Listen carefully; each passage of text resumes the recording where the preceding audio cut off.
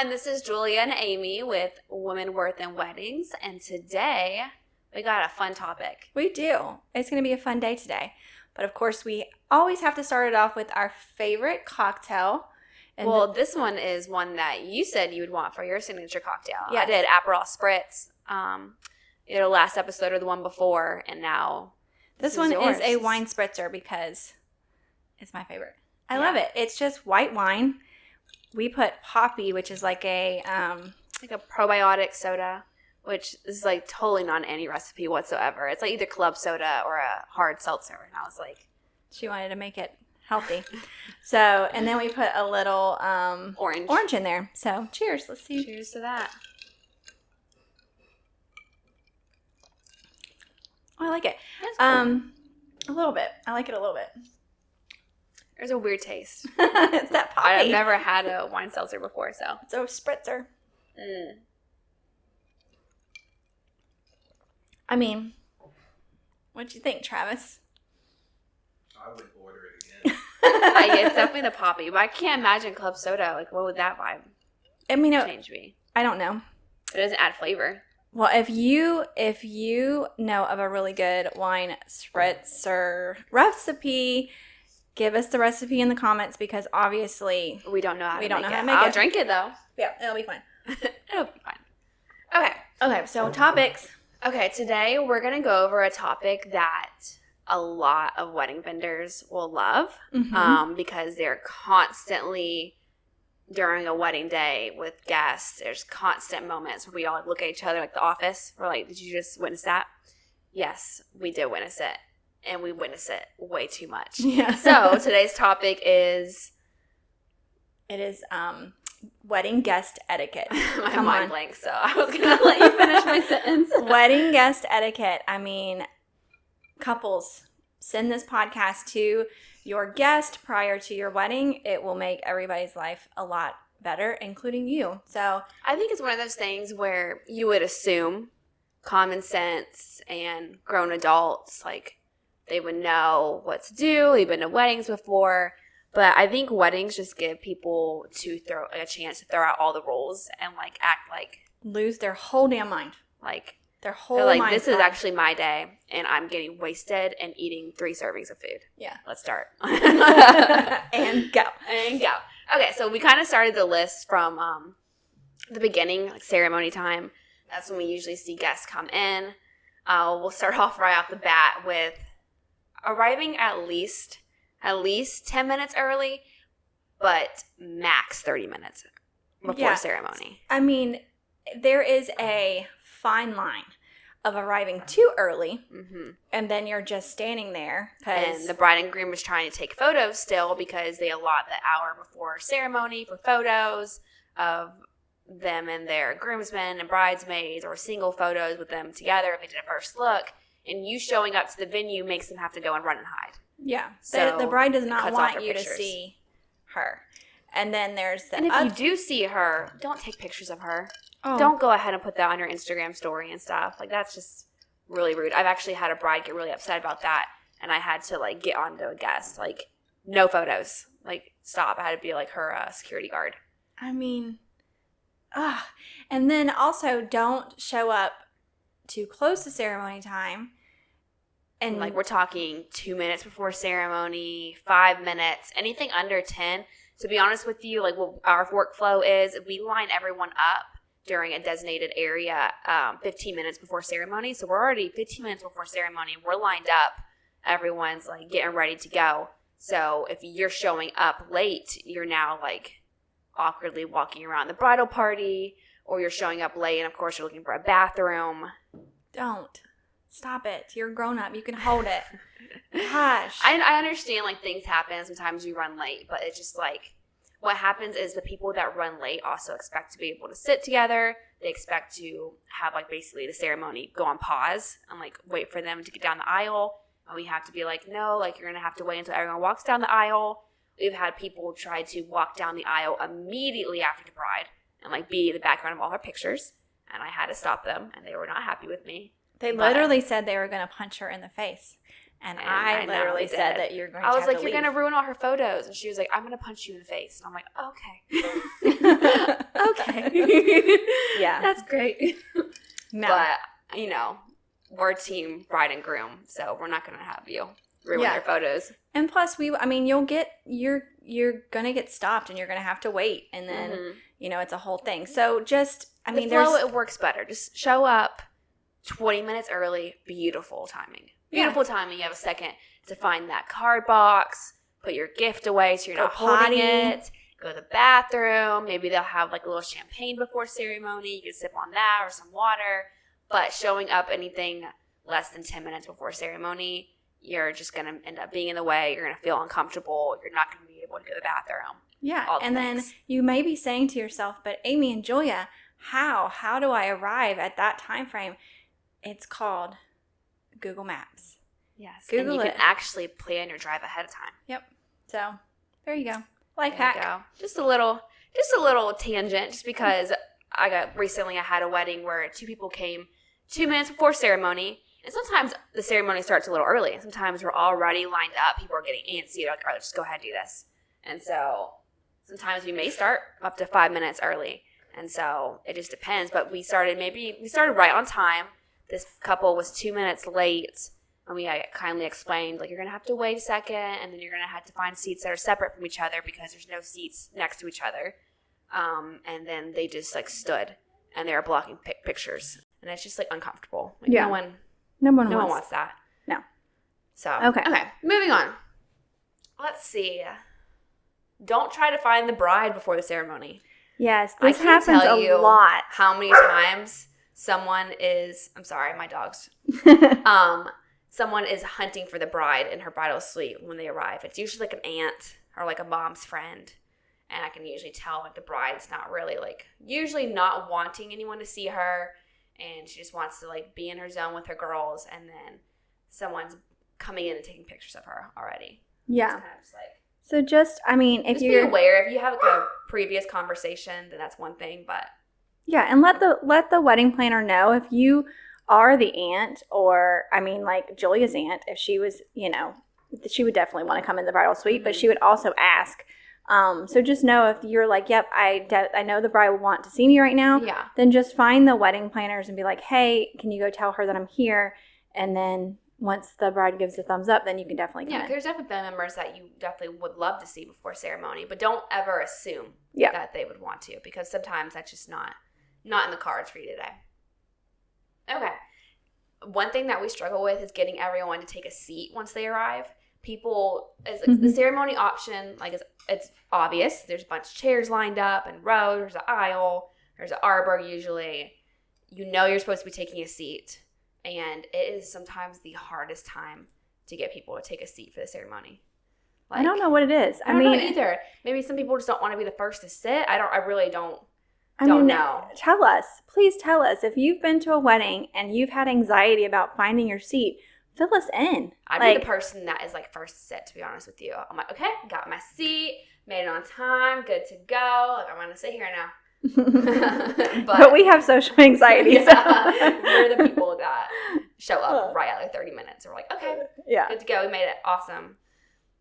But just, like, knowing you need to take your seat. If you show up and it's, ceremony's in 20 minutes, like, yeah, you have time to, like, go to the bathroom, maybe you can mingle for a second, but just know when you're in, like, that 10-minute before ceremony time period, you need to find your seat. Yeah, when the DJ starts playing that soft music, that's your cue to, like, it's going to be starting soon. I need to go find my seat. No one should have to track you down and say, sit down, please. So, just... Yeah, and usually when I say, hey, will you take a seat, they ignore me. And so what I usually say, hey, the ceremony can't start until you take a seat. So we're waiting until everyone gets a seat. And that kind of, like, puts a pep in their step. Same thing with people going to sit for dinner. I'm like, we can't serve dinner until everyone sits down. And everyone's already hungry. So you're like, oh, okay, well, I'm going to sit down. Yeah. Because we get ignored during that time, too. Yeah, we do. So, okay. Don't go to the bar before the ceremony, because most of the time they are not open unless it's, like, obvious there's a line. But if you see, like, people setting up at a bar, don't walk up and ask for a Miller Lite or a shot. It's like, stop it. Yeah, because it's usually never open before ceremony. Like I said earlier, you may be lucky to get, like, a glass of champagne. And that's, like, usually, like, that's rare, and that's great and all. Sometimes there's options for water, but you're not going to be able to Go up and get a mixed And what's drink. funny, though, because I've had people come in maybe 5 minutes before ceremony, look for the bathroom. I tell them they can't go to the bathroom because people are lined up, and then they go to the bar, and they're, like, looking for, like, things to do before they sit down. I'm like, you're already, like, barely making it. Please go sit down. Please and thank you. Please, thank you. Please sit down. Because I'm just, like, watching them do their laps, and I'm like, remember when I said ceremonies that way? So for wedding planners, the height of anxiety for a wedding planner is right before the bride walks down the aisle, because you have put all this work into orchestrating this event, and there's so many like moving parts. There's so many random things we have to worry about. Yeah. From mics cutting out to music cutting out, wind's too much, or her veil gets stuck on concrete. Like, you name it, we have a million things we're looking out for. So you not listening to us is just like adding to the stress. Yeah, and it just makes us want to ask you to leave the whole property. Yeah, I'm like, can you actually just leave? Can you get back in your car, please? Thank you. Can you please go sit in your car? Okay. Let's see. So one thing, and I understand, like, if you can't find the welcome table with the card box and for gifts before ceremony, sometimes it's not, like, exactly in the ceremony area. Usually we personally try to make it in the ceremony area, and then we'll move it to cocktail hour. But sometimes it's just in cocktail hour area. Just know to go on a hunt for it. Please don't carry that gift and card. Because I'll have people come to me at the end of the night and be like, I have this card. And it's all sweaty and wet from them, like. But I'm like, there's a table that has, like, it's usually like a whole moment that's like we try to keep with everyone so people can continue to sign the guest book throughout the night and stuff like that. Just keep an eye out for that table. Yeah. I mean, there are certain areas designated for certain things. There's a welcome table. There is, like, the photo booth area. Like, look, just, like, be aware of your surroundings. This is good home training. Like, you need to be aware of your surroundings. And so if you have a gift or a card in your hand, just know that there is a place to put it. Just go find that place. Yeah, I had an aunt try to give me a card when I'm packing up, like at the end of the night. She's trying to put the card in the card box. It was our card box, so I've already emptied it out. And you know what I'm talking about. I already emptied it out, and we usually put it in, like, the bride's car or, like, her purse or something like that. We already emptied it out. It's our card box. We're taking it with us. You can see that I'm packing up all my stuff. I'm, like, in this little area in a corner, packing everything up. And she's, like, putting it in there. I'm like, oh, hey, like, we actually already emptied that out. That's our card box. I can go put that in her stuff for you. And then she was, like, staring at me like I was a thief. Mm-hmm. And I was like, we already, it's our card box. And I, like, repeated myself. And then she, like, stared at me as she, like, put it in there and then walked away. And I was like, Aunt Susie. Aunt Susie at it again. But Shenanigans. I promise I'm not a thief, but you're putting it in a card box that I'm literally putting in my car. Yeah. So that was funny because you had checked that card box and you're like, okay, I'm emptied out already. And then you did a lap around. There was a card in there. And you're like, what the heck? Because it was like packing up time. Yeah, I was like, I know I saw that was empty. Yeah. Just know, like, there's definitely a spot. Definitely a spot for that to go to. So you just got to look for it. Like, there's no need for you to be dragging stuff around you the whole entire night. Okay. If it's a house venue, it is not your house. Yes. So we've had some crazy house venue stories. Oh, man. Down to cocktail hour. There's a little light hors d'oeuvres, and someone was in the house going through the wedding party's food in the fridge and, like, eating their sandwiches from lunch. Like making a sandwich. Yeah. And I'm like, no, that's not for you. I was, like, in complete shock. I was like, what? Because people look at it as a house, and for some reason it, like, completely changes the way they act. And they're, like, going through all the bedrooms, like, opening closets. Like, would you be trying to open every closet at, like, a normal wedding venue that's just, like, a reception hall? Like, what's going on right now? And they're, like, going through the fridge. Like, there's, like in a reception hall, like a typical, like a classic venue, you may have, like, a caterer's kitchen with a fridge. Would you be going and opening up that fridge and eating the food Making in there? yourself a ham sandwich? Yeah. So just know, like, if it's a house venue, it's not your house venue. Yeah, it's not your house, and it is still a venue. Yeah. So don't have sex with your date in the bedrooms upstairs. Yeah. All That kinds of happens. nasty things. Just foolishness. And usually it's an older house too, and so you just have to be, like, very respectful of your surroundings. Like, my goodness, please don't go eat their sandwiches. It's like one of those things. Like, I started this off, you would think some things is common sense, but I was like, There's light hors d'oeuvres outside. But I basically was just like, because bizarre things happen to me sometimes, and I'm witnessing it, and then I react, and they basically get shamed by me. They're like, oh, she saw me Well, doing this. she said to you, she was like, well, they said that I could have a sandwich, remember? Mm-hmm. And you were like, mm-mm. I was like, no, they're taking photos outside. I was basically just like, that was actually like their lunch. The food that you for guests is outside. Because then also it becomes one of those things, like, what if you get food poisoning from that random sandwich? That wasn't for you. Yeah. Like, now you may come for the couple. There's like so many scenarios that plays out in our heads that we're just like. We're always trying to protect the bride and groom, or the bride and bride, or groom, but we just, we're just shocked and awe of the things that happen every single weekend of our lives. Also, with house venues, there's people that will go and try to find alcohol. Yeah. When, like, they get cut off from the bar or something like that. With the house venue people, like I said, get too comfortable. Then they go and, like, end up in a kitchen with alcohol. And they're, like, grabbing drinks for themselves. Yeah. Or they go to where, like, the bride and groom were getting ready and they had drinks during that time. So they're taking shots of their alcohol and stuff like that. And it just ends badly. It ends badly for everybody. Yeah, definitely. Just be respectful. Just know that they have things allotted for you. And there's reasons for you not to be going through their personal stuff. Yeah. There's reasons. Trust me, there's really good reasons. So don't do it, please. Okay. No phones during ceremony. That's common sense. That's common sense. There's signs. Yeah. But people still do it. Like, there's still, like, the fact that nowadays almost every ceremony starts off with the officiant having to announce, don't use your phones.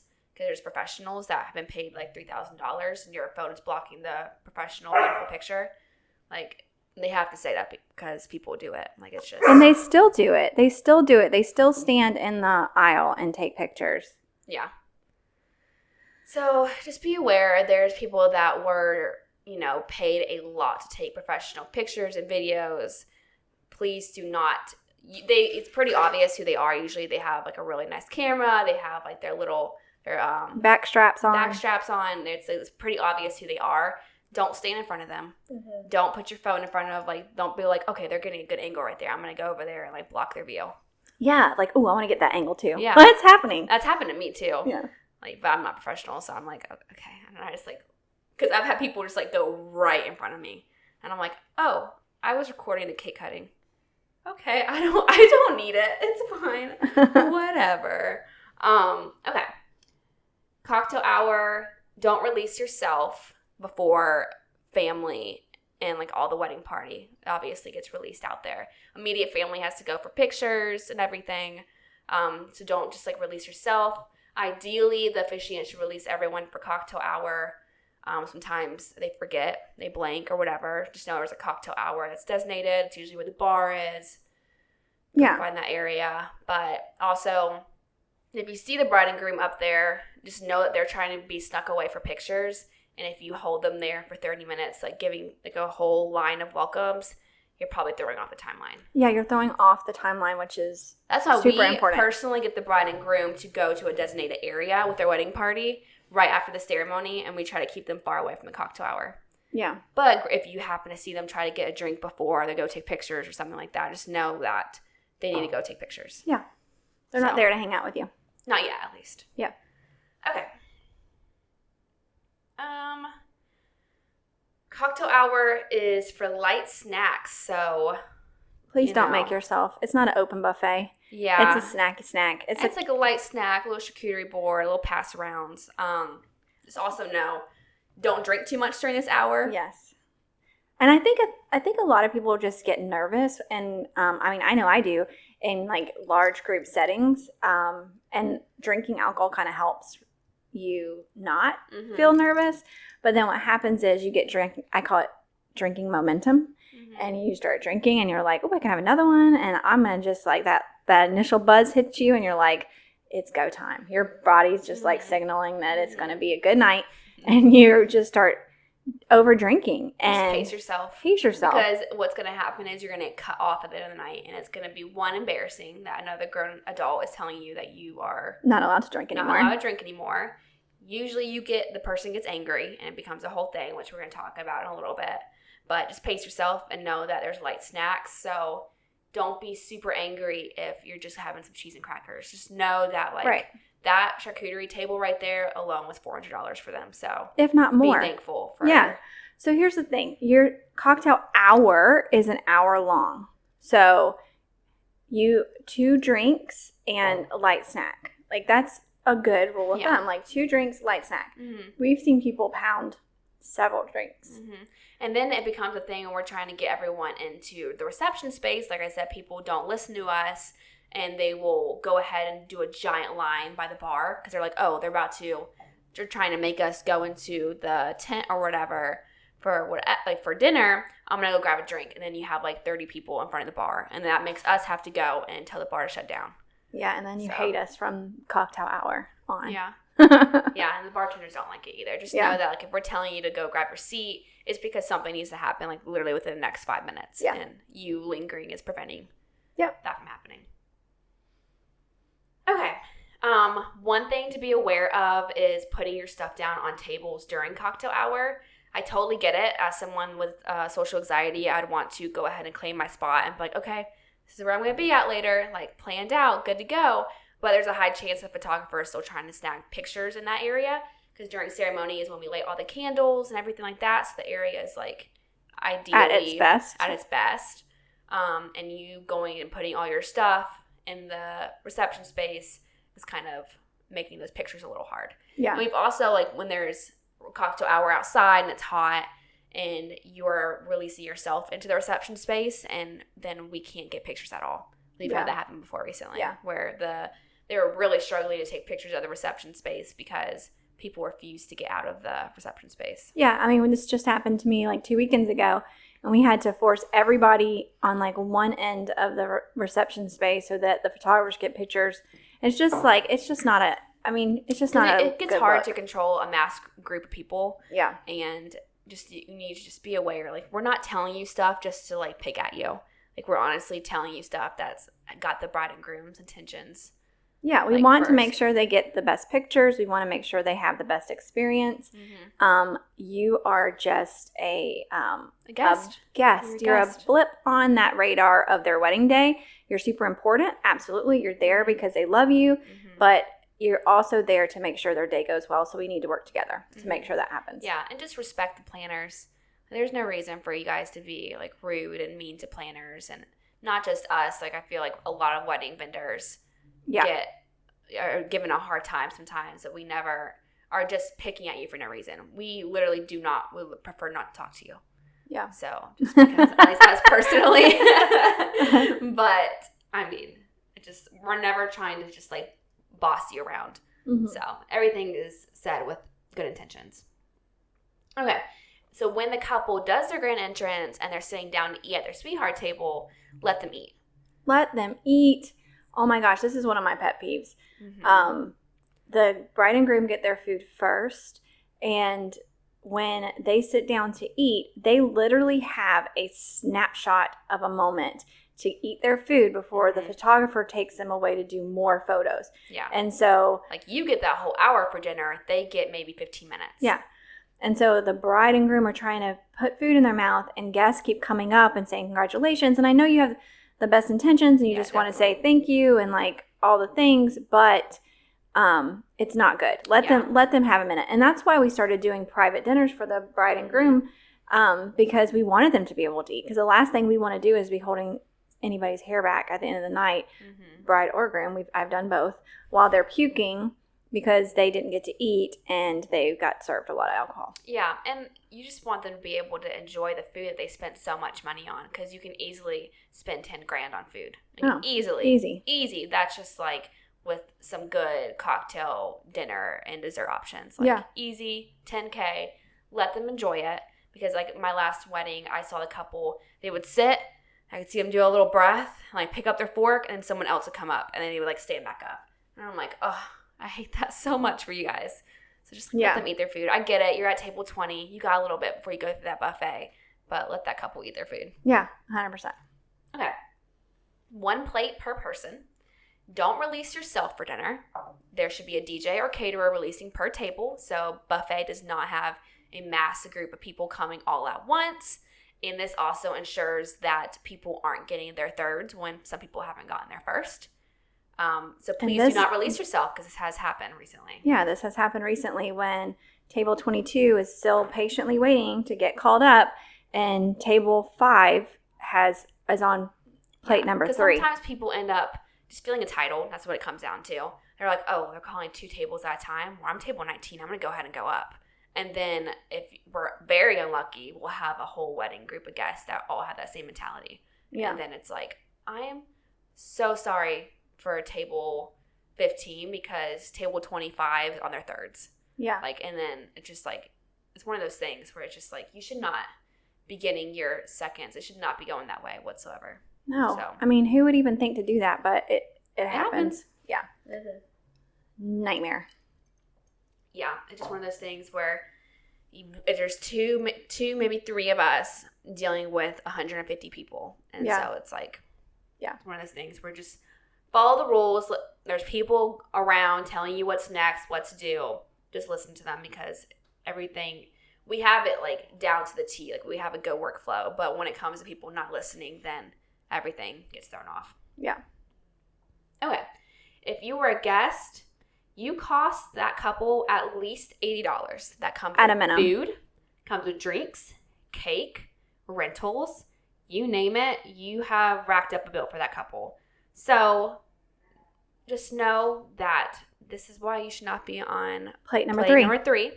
This is why you should not be touching dessert table before they've cut the cake. Just know that you should not be difficult. In order for you, and because part of people who don't RSVP show up know that you've thrown off everything. I mean, we account for a little bit of flex there. Mm-hmm. I do budget management for our couples, and so I'm the one that's looking at numbers for them. And I do know that at a minimum, it's $80 per person to have a wedding. And you got to think, if that bride and groom have 120 people there, that's a lot of money. And they're saying, we love you enough to spend this money for you to come to our wedding as a guest. So don't act like a fool. Don't follow the rules. Be have a good guest. Have wedding etiquette. Good wedding etiquette. My goodness. Okay. And if you need a checklist, ask me. I'll give you a wedding etiquette checklist. And then that goes into what I just said about cake and dessert. Cake and dessert is usually set up during dinner because it takes time to set up. Usually there's cupcakes or a lot of little things that we have to put together. Dessert isn't until the couple cuts that cake. So if you go and you take all the dessert from that table, 1, the photographer gets no pictures of it. 2, the couple does not get to see what that beautiful dessert table looks like all put together. And 3, it's just rude. Like, everyone should know. It's just rude. Everyone should know. Yeah. Dessert is when the couple cuts the cake. Like, I feel like that's a tradition. It's classic. That should be on a T-shirt. Yes. I would love a sign. I've been saying for years I want a sign on the cake.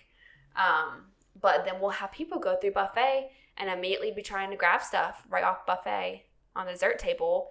And then we've had couples so upset because they can't see their dessert table put together. Like, it's all ruined by the time they get to cut their cake. Because you got to think, when the couple's cutting their cake, the photographer's getting a picture of everything. The whole table. So if there's maybe 2 cupcakes left and, crumbs everywhere, it looks a mess.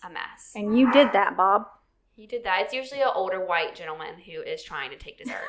As someone that guards the table at every wedding, it's an older white man who comes up, and I say, not yet, when they cut the cake. And then he tries to sneak one. And yep. I'm like, it's a cupcake. You've had cupcakes, you know that they're delicious. And just understand, I just want to be the one person. Please just let me. I'm grandma. Whatever. If someone else sees you with that cupcake, it's a domino effect. Yeah. And then I'm sitting there at that table, slapping hands. Yeah. I never slap hands. She is the dessert table guard, though. Mm-hmm. Because she has to stand there, because if not, because every single wedding they will wipe out the whole table for the. It just happened to me last weekend. I turned my back for a minute. It was a minute, and I turned back around, and the only thing left, and they had a full spread of chocolate covered pretzels and popcorn and like this huge, beautiful spread of like Such a dessert good picture table. moment. Such a good. There was lights and candles, and it was just so pretty. The only thing left on the table was the 2-tiered cake. And they would have probably cut that if there was a knife and fork on the table. I'm like, what is happening? And don't go and take it to yourself to cut the cake. I've had grandma try to cut the top tier of the cake when the couple was trying to save it, and they haven't even done their cake cutting yet. Yeah. Which you would assume with the older guests that they would know better. But Yeah. entitlement, that's what that comes down to. And I was far away from her. I was seeing her from afar. I had gone inside to grab gloves. I see her doing it from afar, and I had to, like, yell. And then everyone turned and looked at her, and she was like, oh, because she knew better, but she just got shamed in front of, like, everyone because I had to stop her because she was, like, literally in the top tier, and I was, like, getting gloves. And I was like, no, they're saving the top tier of the cake. And then she was like, oh, like, you knew what you're doing. Yeah. Stop it. Stop it right now. Don't cut that damn cake. My goodness. It makes my Dessert hands is something sweat. that gets underneath my skin really bad Yeah. for some reason. That's why I'm the one that like guards the cake table. Yeah. Because I'm just like, come on now, you know better. I knew before I even became a wedding planner that dessert is when the cake's cut. So I fully think everyone's aware of it. They just don't care. And then we tell our couples this too, and they laugh about it. Because I'm like, don't worry, I'll be guarding your cake. Yeah. And they laugh, and I'm like, I'm serious. They're like, I know you are. Yeah, and they want us to guard their Yeah. cake because Because they they know. want that moment. Yeah. Okay. With bar, if you're being cut off at the bar, just know That it's you've been not ideal for the overserved. bartender to have Yeah. to do it. You've been overserved. They're cutting you off for a good reason. Do not get aggressive. Mm-hmm. Do not cause a scene. Mm-hmm. It's not your day again. Mm-mm. Like, please be respectful. We've Yeah. had people get up in mom's face because they're like, why is the bar being closed down? And it's because all of you have been overserved. Yeah, because you're drunk and you're an idiot and you need to get out of my face. That's why. Just, it's one of those things, like, I get it, like, a wedding is a good excuse to have some good food, drink, have fun, but if you're getting to the point where you're being cut off, like, don't cause a scene about it. Yeah. And if you get cut off, this is what you're doing. You may not be aware of it because you are in your drunken state of happiness, but you're either taking your clothes off, you are breaking chairs, pushing stuff around, you are slurring, stumbling, falling, taking a little nap at the table. There's things that are cues for bartenders Yeah. to be like, oh, probably If serve you're you. being cut off, you're most likely have already thrown up somewhere on the venue Yeah. and you've broken something. Yeah. Like, there's Yeah. good reason. And they could literally lose their license Yeah. if they, like, continue to serve you. So just know it's not about you. Their Yeah. whole livelihood is at stake if they Yeah. continue to serve A you. bartender has to be licensed and insured to do a wedding, which means that bartender is the same thing as going to a bar at a restaurant or whatever. The bar has to be licensed and insured. Mhm. It's the same thing. It's not just because it's a wedding doesn't mean that it's just someone's friend that's Yeah. serving alcohol at a It's house party. professionals. It's professional, and they will lose their license, and they can Mhm. literally be sued for it. And Mhm. so it's not good. Yeah, and to be honest with you, if you don't have transportation too, like, you just need to be smart. There's plenty of times we've left venues and there's been cops that have us set up outside the venue. Yeah. We've, like, seriously, like, Yeah. really serious. Like, we've seen, like, complete, like, roads blocked off and they're ready to get those wedding guests. Like, Yeah, you which just is need nuts to, like, to me. yeah. But I mean, But it that just happens. means that venue has a lot of people that tend to, Yeah, drink and drive. So. yeah. So just be smart. Just know that people's licenses, their livelihood, your livelihood, Your there's life, so everything's many in danger. reasons. Yeah. So just be respectful. Okay. Another thing that gets me is when people are talking during speeches and toast. Like, the Oh. guests, like, are continuing to talk, and it's just like they're being talked If over. you have to be shushed as a grown up, Mm-hmm. you need a good timeout. Mm-hmm. You need to go. There's been moments reflect. where it's been bad, where we're, like, looking around like this person has a microphone and you can hardly hear them. Yeah, That's crazy. crazy. Just know. A lot of just know. Yeah. please. Also, backing up a little bit to damage and stuff like that. If you break things, just, like, if it's a cup or it's a roll, like, glass, A like plate. a plate, like, anything like that, it's most likely a rental. and the couple is going to be charged a fee for it. So please be aware, like if you're dropping cups and all that good stuff, like the couple is going to be charged for it. It's not an action that is going like without. Yeah, because vendors count every fork when it comes back to them, every napkin, every, and if you spill red wine all over a linen, that couple's being charged for it. Yeah. I love the whole like whipping the napkin things and all that stuff. But in my mind, I'm like watching, I'm like, put it back on the table. We've had real napkins be thrown away. Yeah.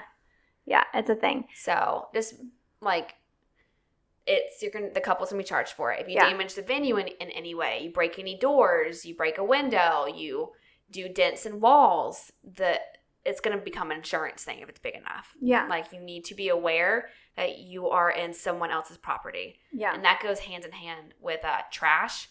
We've seen people just be walking and then throw their trash right on the ground. Yeah. Cigarette butts, like beer, you name it. Yeah. I mean, okay, so let's talk about smoking real quick. There are designated smoking areas just like everywhere else in the world. You just got to find it. You just got to find it. I mean, if it's an outdoor venue, the venue is not your oyster. You don't get to just do whatever you want to. Find a designated, because if you have cigarette butts on the ground and the venue has to pick those cigarette butts up, they're losing their deposit. Yeah, and sometimes they can maybe get charged per bud. Yeah. So just we're here to help you understand wedding etiquette. And so that going into a wedding, okay, there's a lot of things going on that I need to be aware of as a guest, and so that you can make the experience good for everyone. Mm-hmm. Because if you're acting a fool, then it's going to make it hard on everyone at the wedding. So we're not here to make it hard on you. We're just here to help you along your life journey. And the last thing we want is for the couple to be charged for anything after the wedding. We want it to be like, it happened, beautiful, money's paid, enjoy the rest of your life. Love you so much. Last thing we want is them to contact us and be like, oh my God, like, we're being charged this for the rental company. The venue is charging us this. We lost our deposit. And that all comes down to guest. Yeah. Like, really, that's what makes that happen is guest. Horrible. And it's common. It's more common. It happens a lot, actually. Yeah. So, please act like an adult. Please and thank you. There are sparklers on the ground. There's a lot of venues at this point do not allow sparklers because it's at the end of the night. People have been drinking. And they, instead of, handing it to an adult, finding it in a trash can, you name it, usually one of us is going around. Or that big-ass sand bucket that I'm standing with. There's usually a bucket right in the middle that has sand in it. They'll throw it on the ground. They'll put it out on the ground. Yes. And I've had to tell people, I saw someone recently putting it out on like the boardwalk, like on wood, just like rubbing it. And I'm like, I literally was like, hey, like I can take that. We have a bucket for sand. You can't like put it out on the boardwalk because there's like a group of guys doing it. And they're like, why not? Like goofing off. And I'm like, because the couple will lose their deposit if you're causing damage. And they're like, well, it's not my deposit. That's literally the response. And I was like, I'd have been like, you're fired. You have and it was to one leave. of the best men too. And I was like, and they're like all goofy and laughing. I was like, I gotta walk away because nothing that's gonna come out of my mouth at this point is gonna be professional. So I'm gonna walk away. My goodness. Yeah. My goodness. Last thing is get on that bus when it's time. Like after this send off, like it's time to get on that bus. Got to get going. Just know that the couple has to have every vendor and everything out of the venue at a designated time, or there may be another fee, like charged for it. So just make sure you to grab all your things and go. Yeah. And don't be looking for a bottle of liquor or a bottle of wine to take with you on the bus. I mean, stop it. Stop it. We deal with a lot if you haven't heard from this podcast. And this is like stuff that we deal with every single wedding. Yeah, and every single wedding. We do anywhere during peak season 2 to 4 weddings a week. So you got to think of the hundreds and hundreds of people that we come in contact with on a weekly basis that just make us scratch our head and wonder why. I always like to just relate it back to The Office. Like we all just like look at each other like that just happened, or I'm like watching it happen and I'm taking like mental snapshots and I'm like, all right, can't wait to tell someone whenever I see someone on my team that I just witnessed. And the fact that we've had to do this episode, and this is something that a lot of vendors talk about, it just means that there's a lot of foolishness going out and about. I mean, it is. It's crazy. I mean, the things that I've seen, some of it I can't even say because it's just so crazy. I mean, Mhm. like people taking their clothes off, like Snorting vodka. snorting vodka up their nose because it gets them drunker faster. It's called something apparently. It's an actual thing. I thought he was emotional and he was having a heartfelt moment. But then when I asked him, You were like, "Are you crying?" And he was like, "No, just snorting vodka." And we were like, "Okay." I was like, I'm sorry, what did you, what happened? And that falls back onto, I mean, he was doing it right there at the bar in front of the bartender. So yeah. stop it. Stop.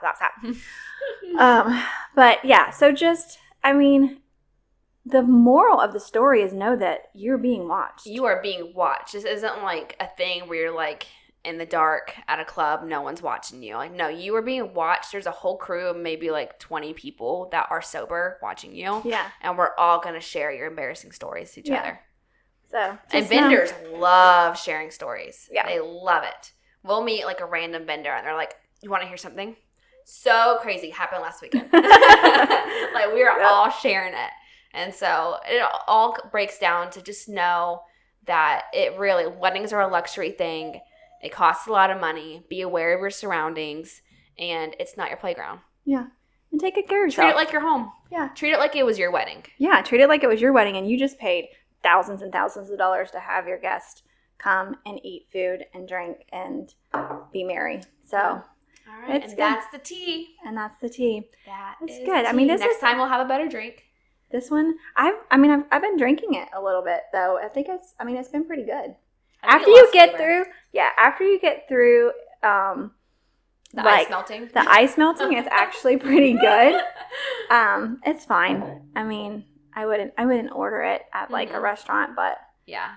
Well, thank you guys for listening. yeah, absolutely. And if you have a funny wedding story that you want to share with us, you can put it in the comments below. If you want to follow us, you can go to